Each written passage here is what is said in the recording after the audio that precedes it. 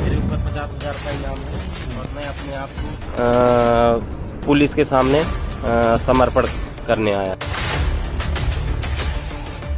ये कहानी है सुल्तानपुर के दो सगे भाइयों की, जिनकी कहानी अगर किसी भी अपराधी को सुना दी जाए तो वो अपराध नहीं करेगा।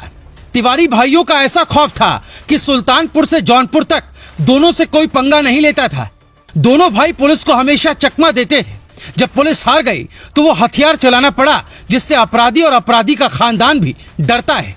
सुल्तानपुर के गांव में शोर मचा कि बाबा का बुलडोजर फलनवा के घर आने वाला है, और फिर वो हुआ जो सुनते ही आप कहेंगे योगी से पहले योगी के बुलडोजर को सलाम। ये घर रवि और मनीष तिवारी का है। दोनों भाई अपराधी हैं और लंबे समय से पुलिस खोज रही थी। घर बुलडोजर पहुंचा तो घर वालों ने ही मनीष और रवि को फोन किया कि अब सरेंडर करने का ही रास्ता बचा है, क्योंकि घर पर बाबा आ गए हैं। ये बात सुनते ही मनीष और रवि की सांसें बढ़ गई। एक तरफ था पुलिस से बचने का रास्ता, दूसरी तरफ था वो घर जो कुछ मिनट बाद टूटने वाला था। पिछले 15 दिन से सुल्तानपुर के हर बच्चे की जुबान पर रवि और मनीष की कहानी है। दरअसल 26 मार्च को मनीष और रवि के घर पुलिस पहुंची। पुलिस ने ऐलान किया अब इस अपराधी का बचना मुश्किल है। सुनिए पुलिस का वो अंदाज जो हमें फिल्मों में ही सुनने को मिलता है। सुनो सुनो सुनो सभी गाँव वाले ध्यान से सुनो।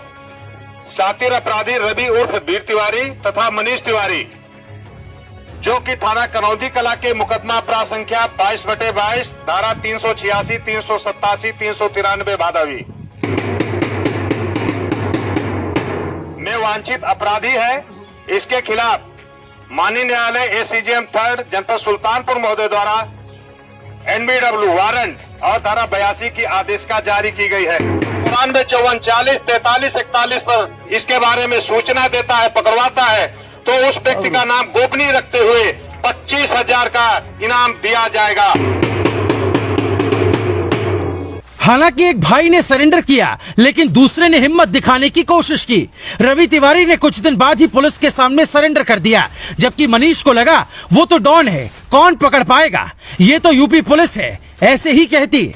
लेकिन ये तस्वीर देखिए, 11 अप्रैल की है, जब मनीष का घर गिराने के लिए बाबा का बुलडोजर पहुंच गया। फिर मनीष कितने बड़े डॉन हैं, उसके लिए ये तस्वीर देखिए। जौनपुर कोर्ट में पहुंचा और जज से कहते हुए सरेंडर कर देता है कि जज साहब बस बाबा के बुलडोजर से बचा लीजिए।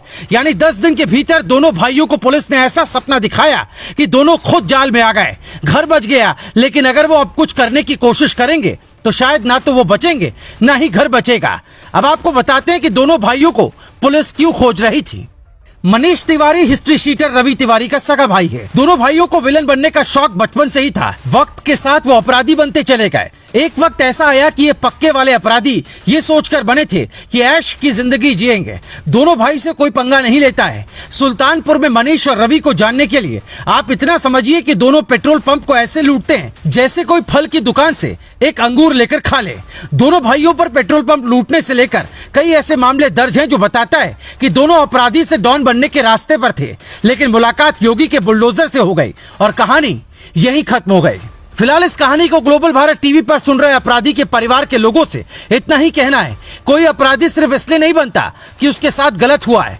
बुलेट से चलना, कमर पर पिस्तौल लगाना या फिर भौकाल दिखाने के लिए कितने लोग पहले छोटा मोटा अपराध करते, फिर अपराधी बन जाते और फिर डॉन बनने की चाहत पाल बैठते हैं। अगर परिवार उन्हें सही वक्त पर समझाते तो शायद न घर पर बुलडोजर आता, न ही बचा सामान मिट्टी में मिलता।